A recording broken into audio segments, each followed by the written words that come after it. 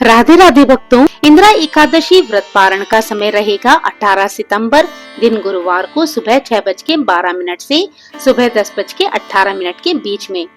आज का दिन बड़ा ही शुभ है। एकादशी व्रत के पारण के दिन तुलसी माता की कहानियां सुनी जाती हैं। इसी से व्रत को पूर्ण माना जाता है और भक्त की सभी मनोकामनाएं भगवान विष्णु और तुलसी माता की कृपा से परिपूर्ण होती हैं। तो चलिए भक्तों, आज हम रसपान करते हैं तुलसी माता की दिव्य कथाओं का। इन कथाओं को आप अंत तक सुनिएगा। अच्छी लगे तो लाइक कीजिएगा और आप मेरे चैनल पे नए हो तो मेरे चैनल को सब्सक्राइब करना बिल्कुल भी मत भूलिएगा। तो चलिए बिना विलंब के हम आज की कथा को प्रारंभ करते हैं। किसी समय एक कुटुंब में ननंद तथा भाभी साथ साथ रहती थी। ननंद का विवाह अभी नहीं हुआ था। वह तुलसी के पौधे की बहुत सेवा किया करती थी, लेकिन उसकी भाभी को ये सब बिल्कुल भी पसंद नहीं था। जब कभी उसकी भाभी को अत्यधिक क्रोध आता तो वह उसे ताना देते हुए कहती, जब तुम्हारा विवाह होगा तो मैं तुलसी ही बारातियों को खाने को दूंगी और तुम्हारे दहेज में भी तुलसी ही दूंगी। कुछ समय बीत जाने पर ननंद का विवाह पक्का हुआ। विवाह के दिन भाभी ने अपने कथनानुसार बारातियों के सामने तुलसी का गमला फोड़ दिया और खाने के लिए कहा। तुलसी की कृपा से वह फूटा हुआ गमला अनेकों स्वादिष्ट पकवानों में बदल गया। भाभी ने गहनों के नाम पर तुलसी की मंजरी से बने गहने पहना दिए। वह सब भी सुंदर सोने जवाहरात में बदल गए। भाभी ने वस्त्रों के स्थान पर तुलसी का जनेऊ रख दिया। वह रेशमी तथा सुंदर वस्त्रों में बदल गया। ननंद की ससुराल में उसके दहेज की बहुत प्रशंसा हुई। ये बात भाभी के कानों तक पहुंची। उसे बहुत आश्चर्य हुआ। उसे अब तुलसी माता की पूजा का महत्व समझ में आ गया। भाभी की एक लड़की थी। वह अपनी लड़की से कहने लगी कि तुम भी तुलसी माता की सेवा किया करो, तुम्हें भी बुआ की तरह फल मिलेगा। वह जबरदस्ती अपनी लड़की से सेवा करने को कहती, लेकिन लड़की का मन तुलसी सेवा में नहीं लगता था। लड़की के बड़े होने पर उसके विवाह का समय आता है। तब भाभी सोचती है कि मैंने जैसा व्यवहार अपनी नंद के साथ किया था वैसा ही मैं अपनी लड़की के साथ भी करती हूँ, तो ये भी गहनों से लद जाएगी और बारातियों को खाने में पकवान मिलेंगे। ससुराल में भी इसे बहुत इज्जत मिलेगी। ये सोचकर वह बारातियों के सामने तुलसी का गमला फोड़ देती है, लेकिन इस बार गमले की मिट्टी मिट्टी ही रहती है। मंजरी तथा पत्ते भी अपने रूप में ही रहते हैं। जनेऊ भी अपना रूप नहीं बदलता। सभी लोगों और बारातियों द्वारा भाभी की बुराई की जाती है। लड़की के ससुराल वाले भी लड़की की बुराई करते हैं। इससे भाभी बड़ी परेशान हो जाती है। भाभी कभी अपनी नंद को घर पे नहीं बुलाती थी। एक दिन भाई ने सोचा कि मैं अपनी बहन से मिलकर आता हूँ। उसने अपनी पत्नी से कहा और कुछ उपहार बहन के पास ले जाने की बात कही, तो भाभी ने थैले में ज्वार भरकर कहा कि कुछ नहीं है, तुम यही ले जाओ। वह दुखी मन से बहन के पास चला गया। वह रास्ते में ये सोचता रहा कि कोई भाई क्या अपनी बहन के घर ज्वार ले जाता है। ये सोचकर वह एक गौशाला के पास रुका और ज्वार का थैला गाय के सामने पलट दिया। तभी गाय पालने वाले ने कहा कि आप गाय के सामने हीरे मोती तथा सोना क्यों डाल रहे हो। भाई ने सारी बात उसे बताई और धन लेकर खुशी से अपनी बहन के घर की ओर चल दिया। दोनों भाई बहन एक दूसरे को देखकर अत्यधिक प्रसन्न हुए तो प्रेम से बोलिए, तुलसी माता की जय हो, शालिग्राम भगवान जी की जय हो। आइए अब सुनते हैं तुलसी माता की एक और कथा।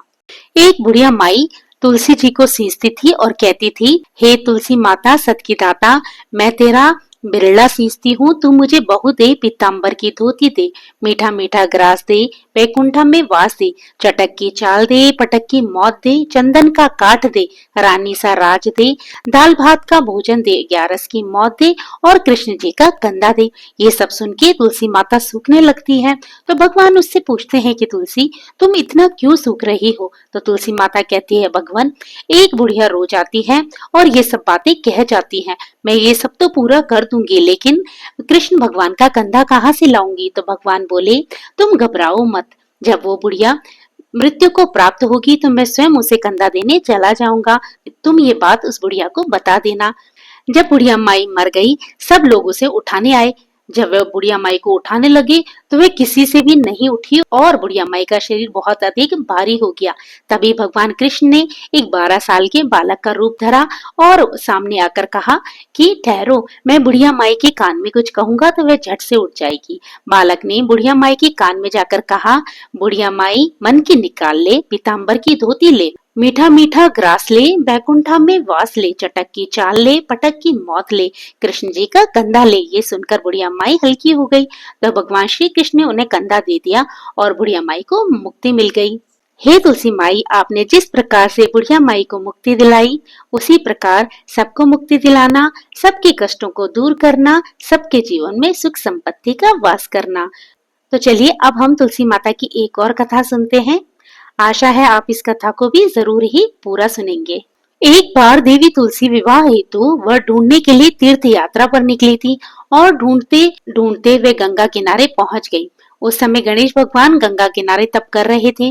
उन्हें देखते ही देवी तुलसी उन पर मोहित हो गई और उनके मन में गणेश भगवान से विवाह करने की इच्छा उत्पन्न हुई।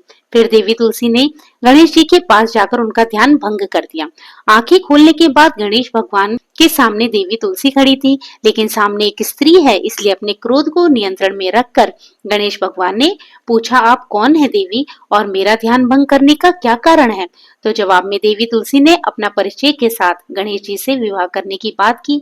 उत्तर में गणेश भगवान जी बोले, देवी मैं ब्रह्मचारी हूँ, इस वजह से मैं विवाह नहीं कर सकता।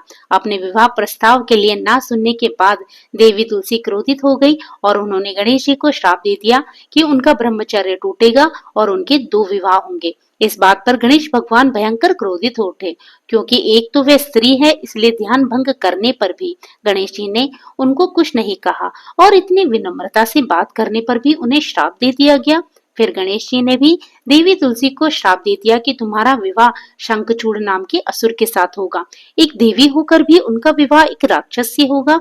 ये जानकर देवी तुलसी विचलित हो गई और विनायक जी से इस कठोर श्राप से मुक्ति दिलाने के लिए क्षमा याचना करने लगी। फिर गणेश जी को तुलसी देवी पर दया आ गई। वे बोले कि मेरा श्राप तो बदल नहीं सकता, वह तो सच होकर ही रहेगा, लेकिन अगले जन्म में तुम एक पेड़ बनोगी और भगवान विष्णु जी को अत्यधिक प्रिय होगी। उनकी पूजा में तुम्हारा एक महत्वपूर्ण स्थान होगा और कलयुग के इंसानों को तुम मोक्ष का मार्ग दिखाओगी। लेकिन तुमने मेरा तप भंग किया है और मुझे ब्रह्मचारी होकर भी 2 विवाह का श्राप दिया है, इसलिए मेरी किसी भी प्रकार की पूजा में तुम निषिद्ध रहोगी। तो इस प्रकार से देवी तुलसी गणेश भगवान की पूजा में निषिद्ध हो गई और इसी श्राप के कारण उनका विवाह शंखचूड़ नामक के दैत्य के साथ हुआ, जिसका संहार भगवान शिव ने किया।